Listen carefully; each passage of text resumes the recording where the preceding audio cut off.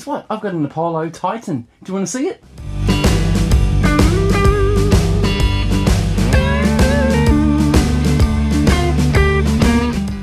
What we have here is a Apollo Titan. Now, I bought this out of my own pocket. It was not given to me by anyone, be it that they are really kind down at King, and I'm happy to do a video anyway regardless. So this bloke here is basically going to replace at least one of my fermenters that I don't use anymore.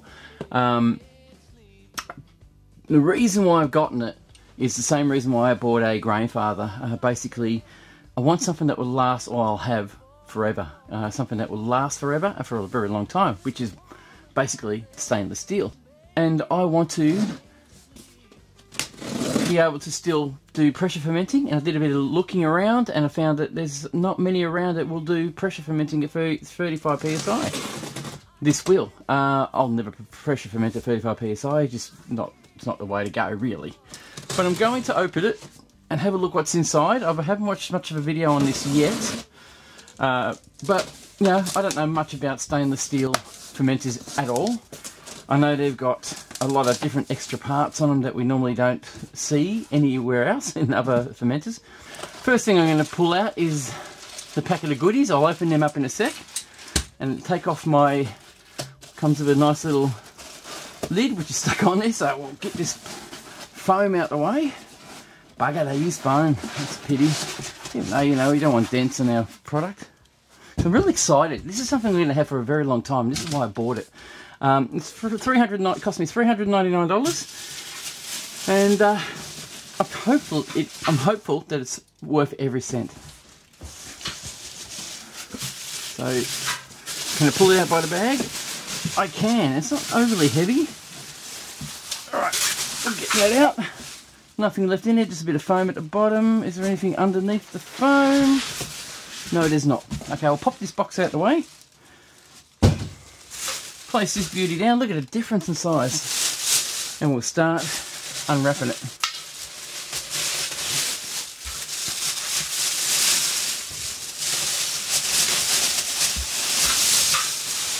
There we go.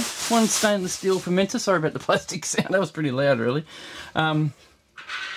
This is it. It's got some increment measurements on the side. Not that we can actually read it from the inside when we pour the fluids in there, but it's there.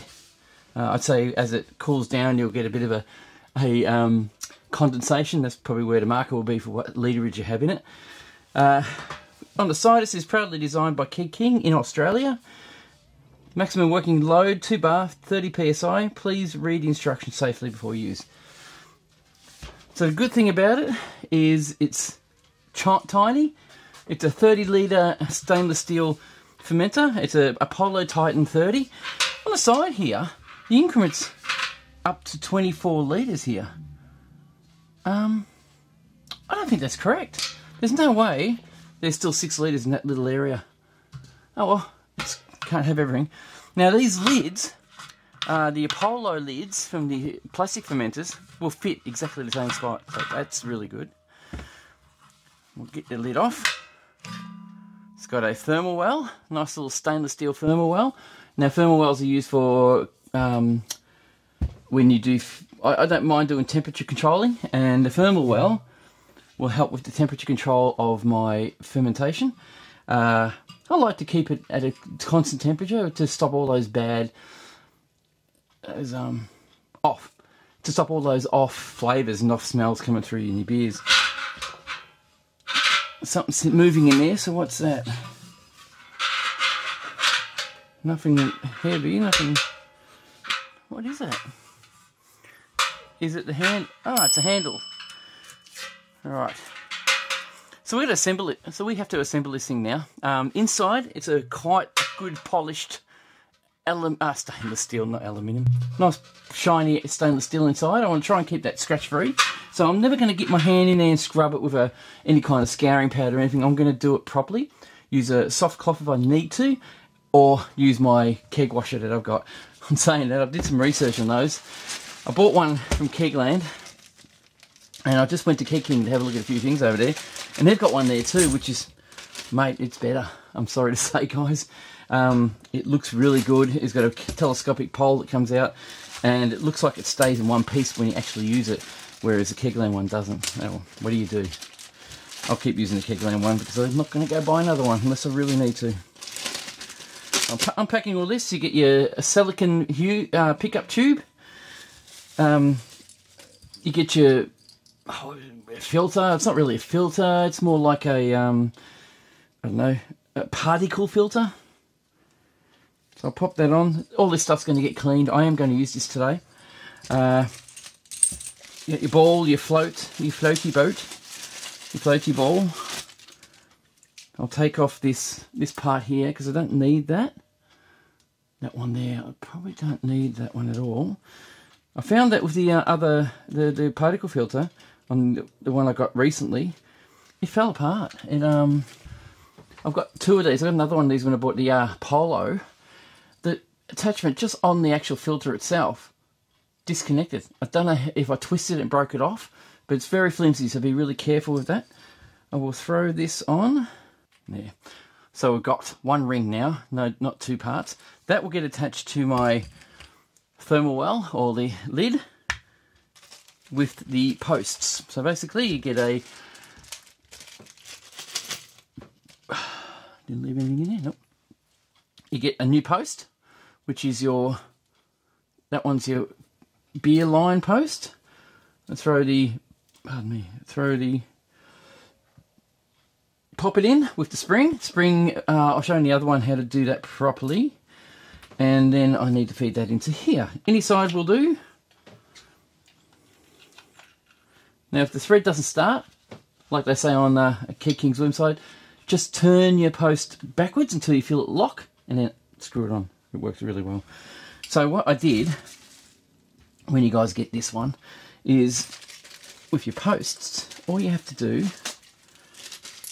I'll show you, all you have to do is grab your tube, which goes into the top of your thermal well, or your lid. It does help to get some grease in this. I'm not going to do it until later. I'll actually pull this apart again before I use it. Just showing you how I'm putting it together. Put a bit of food grade grease in it.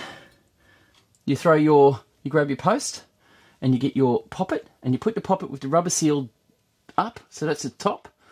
Rubber seal, little end on the bottom, or on the top, upside down. Drop it on the ground here.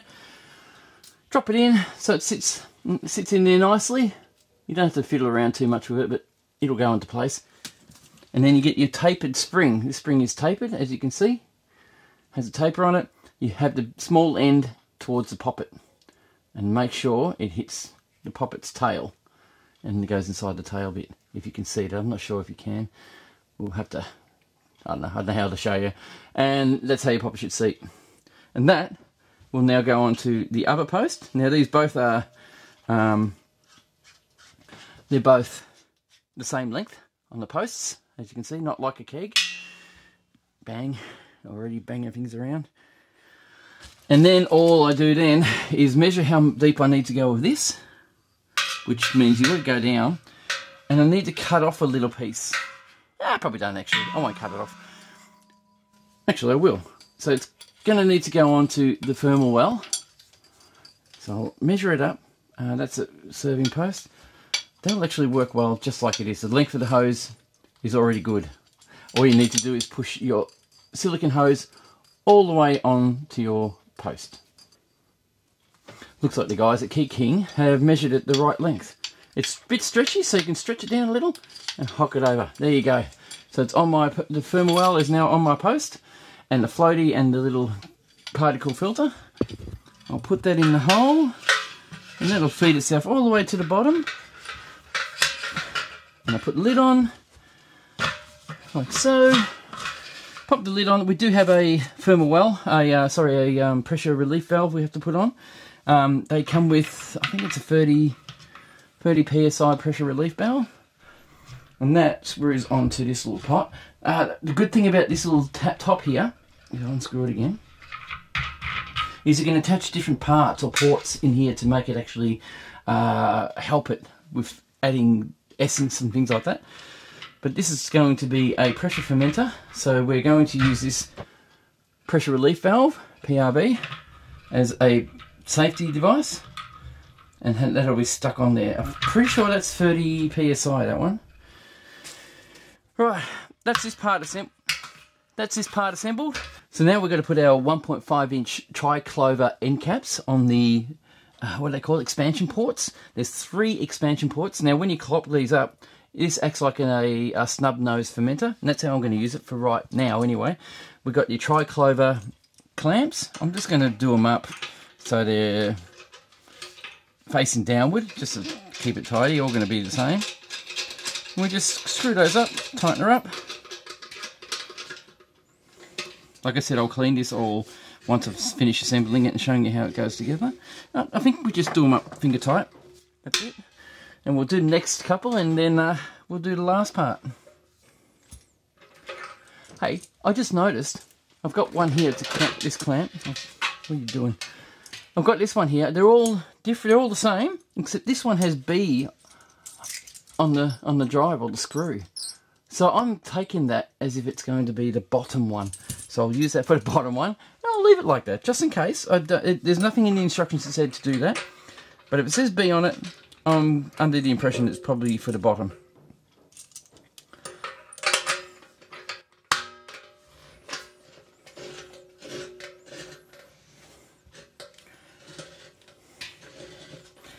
I will fill this with water too while we're here, and just check it for pressure.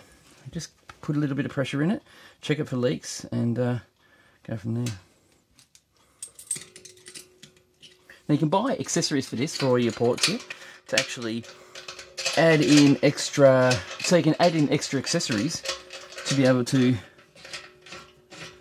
I don't know, control it or have more say over how it works. You can basically use these accessories ports to get your samples and everything else. These things have extendable legs on them. They you undo these 2 bolts, you can extend the legs out to probably about here. They will extend out to 720 mil. Well, the height of the actual fermenter was set up to 720 mil, so you can actually put on a tube catcher or a tube bowl underneath, and you can do all kinds of extra stuff to it that you want to, if you want to. I'm not extending them. I don't need them extended. If I do get the products in the future, I will, but at the moment I'm not. It also comes with a thermometer, a thermostat. I don't think I'll be using it, basically because, I'll pop it on. I'll pop that on later when I clean it. So yeah, it comes with a, what do you call these? These are LCD strip. These are LCD thermometers or something like, I think that's what they're called. They're awesome. It'll give me an idea on the temperature of it, but it's not overly accurate, and I don't care for it to be. Don't need it to be, really. That's it. This is it, assembled, ready to go. I am going to pop some water in it now to check it for leaks, and then I'm going to give it a good clean.